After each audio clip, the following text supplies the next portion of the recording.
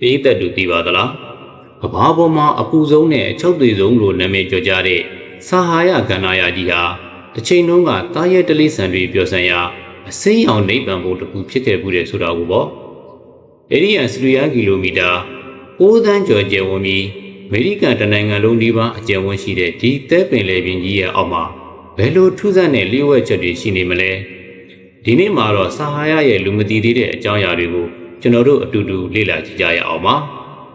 အခုမြင်နေရတဲ့ဘုံတော်သဲတော်တွေရဲ့နေရာမှာလွန်ခဲ့တဲ့နှစ်ပေါင်း9000ကျော်တုန်းကတော့မြစ်တွေအင်းအိုင်တွေနဲ့စိမ့်လန်းဆိုပြေတဲ့တစ်တော်အုပ်ကြီးတွေရှိခဲ့တာပါရှေးဟောင်းသုတေသနပညာရှင်တွေဟာ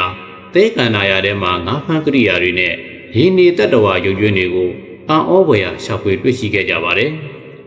ပိုပြီးအံ့ဩဖွယ်ကောင်းတာကတော့ဒီသဲပြင်ကြီးတွေရဲ့အောက်ခြေမှာကမ္ဘာအကြီးဆုံးမြေအောက်ရေတူလောင်ကန်ကြီးရှိနေတာပါအဲ့ဒီမှာရှိတဲ့ရေပမာဏဟာတကမ္ဘာလုံးကလူသားတွေနှစ်ပေါင်းများစွာတောက်သုံးလို့ရတဲ့အထိများပြားလှပါတယ်ဆာဟာယရဲ့ရာသီဥတုကတော့လူသားတွေအတွက်ငရဲတစ်ခုပါပဲနေဘက်မှာ50ဒီဂရီစင်တီဂရိတ်ထိပူပြင်းပြီးကြက်ဥတစ်လုံးကိုသဲပေါ်တင်ထားရုံနဲ့ကြက်သွားနိုင်တဲ့အထိပြင်းထန်ပါတယ်ဒါပေမဲ့ညဘက်ရောက်ရင်တော့ရေခဲမက်အောက်အထိရုတ်တရက်ဤခဲသွားတတ်ပြန်ပါတယ်ဒီလိုခက်ခဲတဲ့ဝန်းကျင်မှာနေရွက်အကြီးကြီးတွေနဲ့ဖန်နှက်မြေခွေးလေးတွေ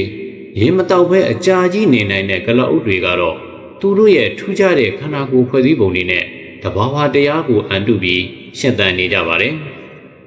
အာကာသတွေကနေကြည့်မှသာမြင်နိုင်တဲ့ဆာဟာယရဲ့မျက်လုံးလို့ခေါ်တဲ့ဝီချက်စထရက်ချာကြီးကတော့မော်ရီတေးနီးယားနိုင်ငံမှာရှိပါတယ်ဒါဟာလူလုတာလားဂျိုသိမ်ပောက်ကွဲတာလားဆိုတာယနေ့တိုင်ညှင်းခုန်နေကြသေးပါပဲ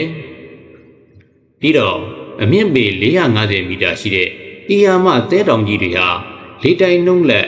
ပုံတရံတွေပြောင်းလဲနေတတ်တာကလည်းရင်သက်ရှူမောစရာပါပဲဒါအပြင်ဆာဟာယကနေလွင့်စင်လာတဲ့ပုံမှုတွေဟာကီလိုမီတာထောင်ပေါင်းများစွာဝေးတဲ့အမေဇုံမိုးတစ်တော်ကြီးကိုဒီဩဇာကျွေးမွေးနေတယ်ဆိုတာကတော့တဘာဝရဲ့စမ်းကြယ်ဆုံးဆွနေမှုပါပဲဒီပြင်းထန်တဲ့ဒေသမှာသဲကန္နာယာရဲ့အပြာရောင်လူသားများလို့ခေါ်တဲ့တော်တဲ့လူမျိုးစုတွေနေထိုင်ကြပါတယ်သူတို့ဟာရှေးချက်ကင်ကလေးကကလုတ်တန်းကြီးတွေနဲ့သဲကန္နာယာကိုဖျက်ကျော်ပြီးရွှေစားနဲ့အဖို့တံပစ္စည်းတွေကိုကုန်သွယ်ခဲ့ကြတဲ့သူရဲကောင်းတွေပါသူတို့ရဲ့ထူးခြားတဲ့ဒလေထုံးတမ်းတွေဟာဒီကနေ့အထိဆာဟာယရဲ့ဂုဏ်ရတစ်ခုဖြစ်တည်ရှိနေသေးဖြစ်ပါတယ်ကဲဆာဟာယကန္နာယာကြီးရဲ့အကြောင်းကိုကြားသိရပြီးတဲ့နောက်မှာပရိသတ်တို့ရောဘလို့ထင်မြင်မိပါသလဲ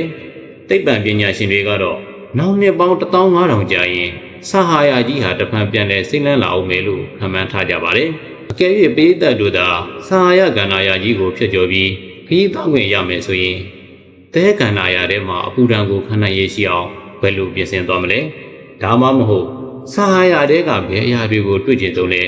ကိုတွေ့ခရီးသွားဘူးသူတွေဒါမှမဟုတ်သိကျင်တာရှိသူတွေကတော့ကော့မန့်မှာတခုခုရေးပေးတော့ပါအောင်နော်ကျွန်တော်တို့အတူတူဆွေးနွေးကြရအောင်ပါ